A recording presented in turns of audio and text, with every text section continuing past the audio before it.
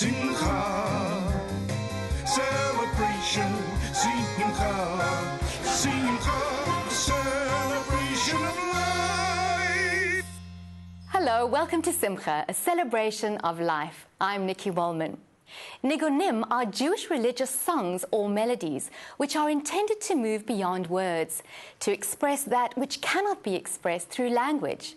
The melody is sung in a repetitive way until the power of the niggun opens a door which reaches deep inside and stretches all the way to heaven. The tunes are absolutely contagious, spirited and engaging. Their old world flavor reflecting the mystical joy of intense prayer, connecting the modern listener to generations of singers, making the past a bridge to the future.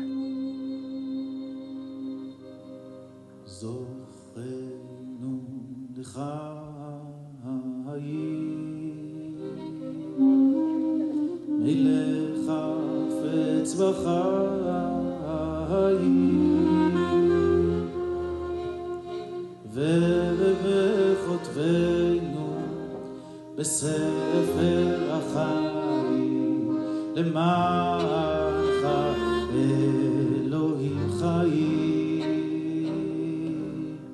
Niggun is a melody or a tune, but really Niggun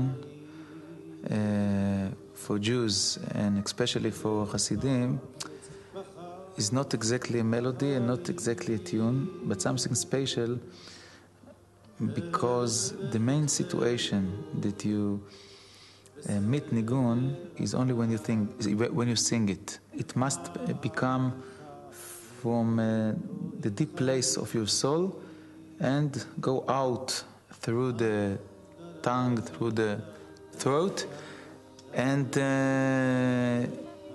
become from here to heaven. And that's why Niggun is something that if you don't know how to sing, you can't do with it anything, really.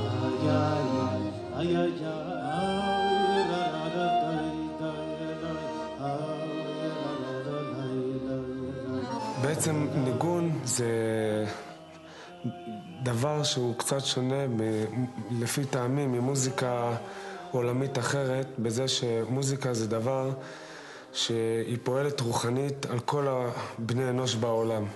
כל מוזיקה יש לה פעולה שלו שהיא פועלת. בן אדם שהוא אוהב מאוד מוזיקה קלאסית או ג'אז או וכולי וכולי, כל הסגנונות. השונה בניגון, שניגון זה דבר שהוא מוזיקה שהיא נכנסת בתוך החיים של הבן אדם, לא רק בפרטיות, גם בקהילתיות וגם בהשפעה החברתית מאוד מאוד, כמו בנושא של תפילה. תפילה היא מורכבת המון המון מניגון.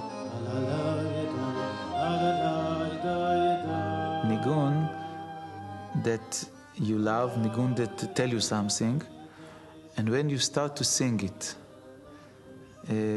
you can feel that something else surrounding you now. You build a place, and you can be in another place, real place. This is reality, not a dream.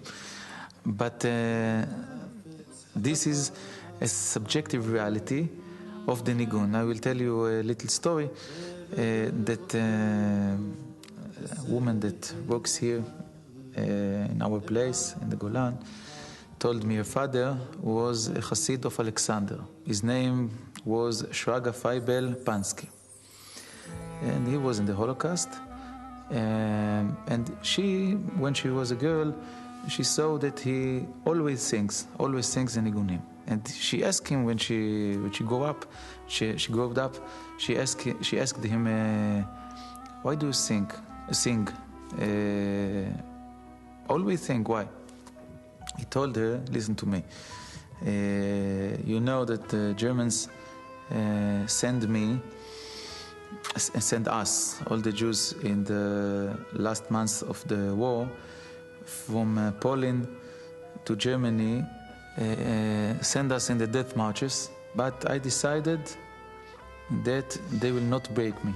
All the way, when I walked there, I sang Niggunim to myself. And I was there, and I wasn't there. hours and hours and hours of walking, of suffering, I was in other places. And that's how I succeeded to go through it, through the terrible thing, terrible experience. So you have an example of what Niggun can do for a man, for a Hasid, how it can build a place for him. גם בזמן של כאב, גם בזמן של שמחה, גם בזמן של התחברות עם אנשים נוספים, גם בזמן של התחברות עם משפחה, הניגון הוא דבר מרכזי ויש לו טון מאוד מאוד חשוב. ובעצם זה מאפיין את הניגון היהודי. כי סתם מוזיקה זה לא דבר שאפשר לחבר איתה כל כך הרבה נושאים וכל כך הרבה אנשים וכל כך הרבה מגוון של אפשרויות כמו שיש בניגון. הניגון, כשהוא מבטא כל דבר את העניין שלו, אז הוא תמיד יש לו את הייחודיות שלו ואת הדבר שלו ואת הפעולה שהוא פועל באותו זמן ובאותו מקום או באותה התאספות או באותה תפילה לגבי הפעולה שהניגון עושה. זה לגבי הניגון.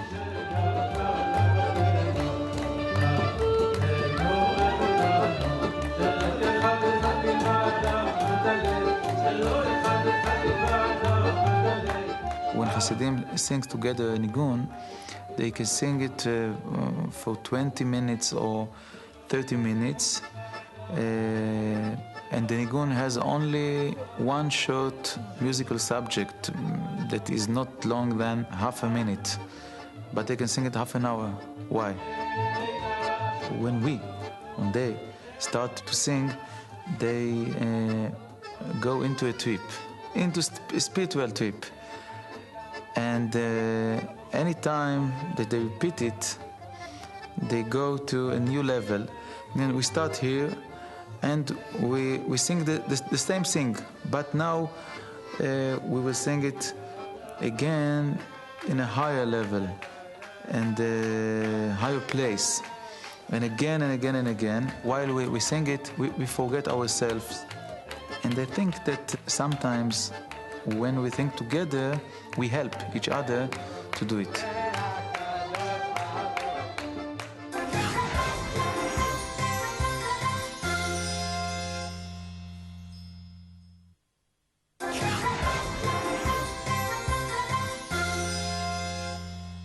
A niggun is a form of Jewish religious song or tune. Sometimes Torah verses or quotes from other Jewish classical texts are sung repetitively to form a niggun. Some may be sung as prayers of lament, while others may be joyous or victorious.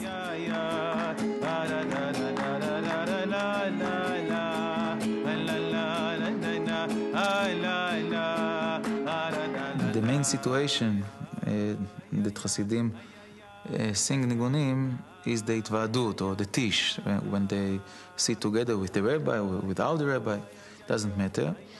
And always they start with Nigun or some Nigunim, some tunes or melodies. Why? First, they want to build them a bridge from the situation before to the situation now that they want to be in a spiritual mood.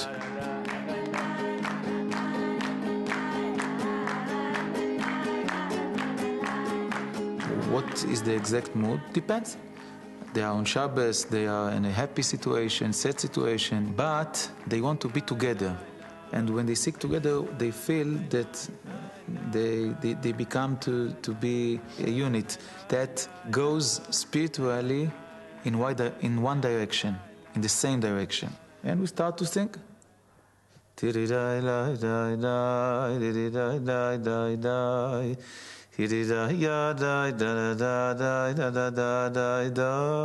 inner movement of the Niggun made Shabbat, give the smell of Shabbat, the feelings of Shabbat, of Saturday time.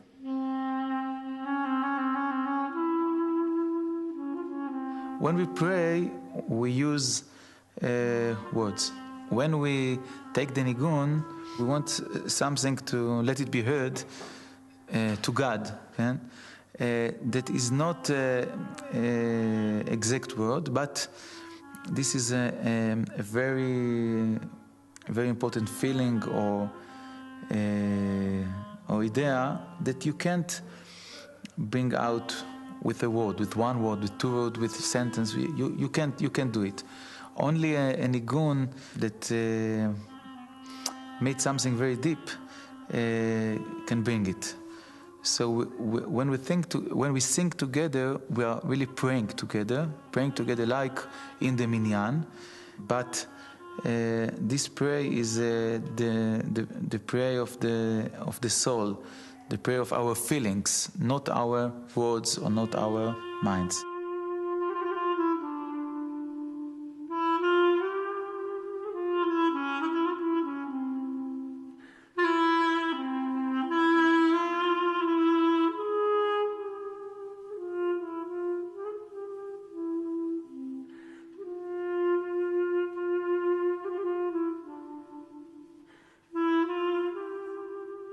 And on that musical note, we leave you for today. Thank you so much for being with us, and we look forward to seeing you same time next week.